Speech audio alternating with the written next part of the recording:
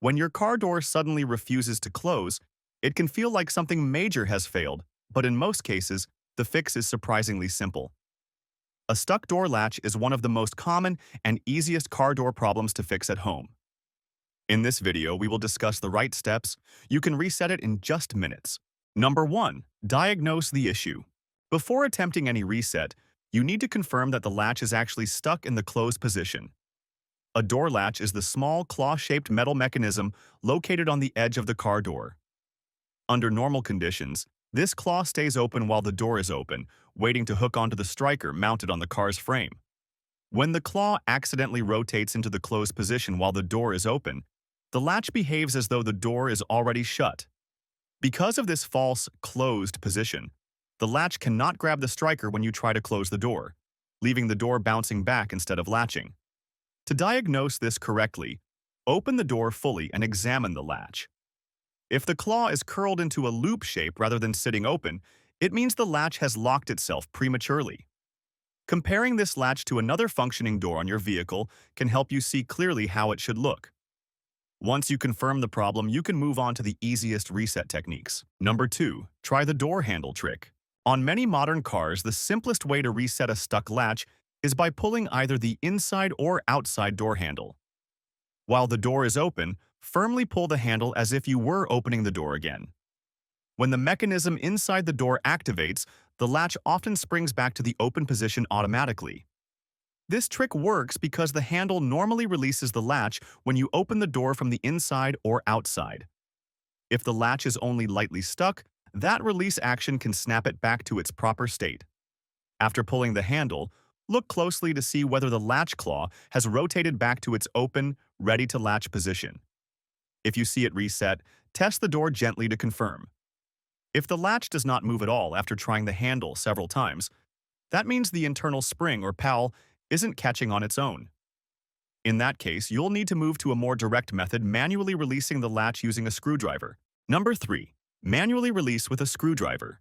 If the door handle trick doesn't work, the next step is to manually rotate the latch back to its open position using a flathead screwdriver. Start by selecting a screwdriver with a flat, sturdy tip that fits easily into the U-shaped opening of the latch.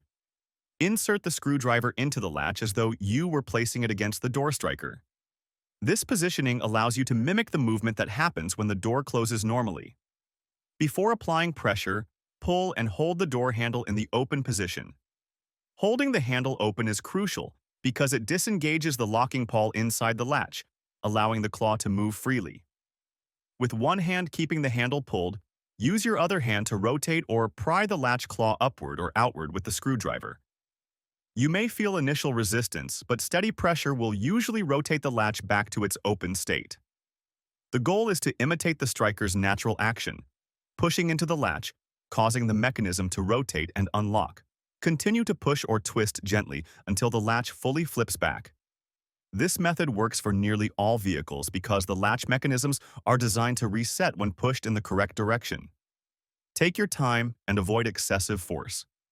A slow, controlled push is far safer than jabbing or wrenching the latch abruptly. Number 4. Listen for a click.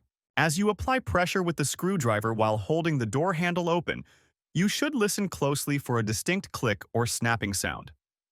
This sound indicates that the latch's pawl and internal springs have returned to the correct position. When the latch resets fully, the claw will snap into its open alignment, which you can verify visually. The claw should now appear widened or spread apart, ready to grasp the striker pin when you close the door. Releasing the screwdriver should not cause the latch to move again. Likewise, releasing the door handle should not cause the claw to fall back into the closed position. If the latch stays open without shifting, you've succeeded. Once reset, compare the latch again with the latch on a working door. Both should now look identical, confirming that the mechanism is correctly positioned for the next step. Number 5. Test the door. After resetting the latch, the next step is testing the door. Close it gently, do not slam it. A slow, controlled push allows you to confirm whether the latch catches the striker properly. If the door locks into place and stays shut, you've successfully reset the latch. If the door bounces back or refuses to close, reopen it and inspect the latch again. Sometimes the latch resets only halfway or rotates slightly out of alignment. In such cases, repeat the steps, ensuring you hold the door handle open as you manually rotate the latch. It's important to test the door more than once.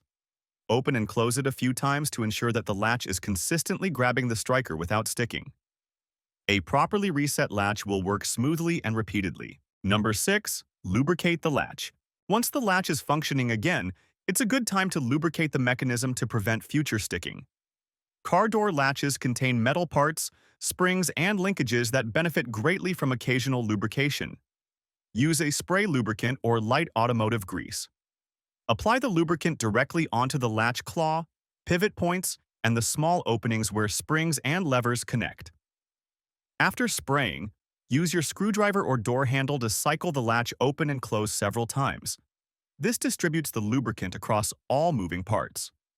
A well-lubricated latch moves more freely and is less likely to get stuck in the closed position again.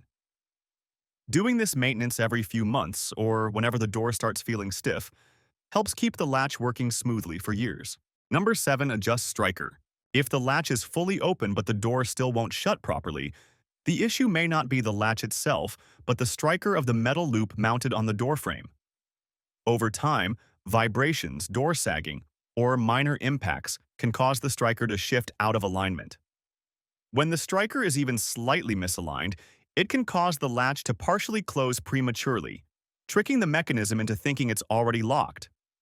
Inspect the striker closely.